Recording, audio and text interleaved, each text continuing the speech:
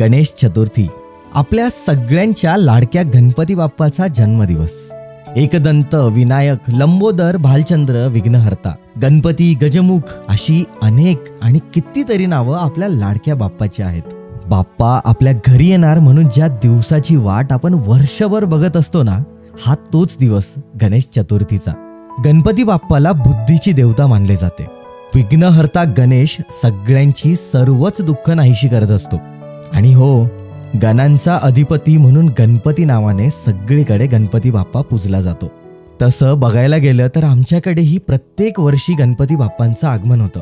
पण यावर्षी मी घरी न जाता पुण्यातल्या आपल्या पेठेंमधल्या गणपती बाप्पांचा सोहळा आणि हे सगळं आगमन बघायचं ठरवलं. आणि हा सोहळा बघताना मी अक्षरशः भारावून गेलो. पुण्यातल्या प्रत्येक पेठेमध्ये सगळीकडे एकच आवाज घुमतोय, तो म्हणजे फक्त आणि फक्त ढोल आणि ताशांचा. ओम लंबोदराय नमः, ओम शूर्पकर्णाय नमः, ओम विघ्नहर्ताय नमः.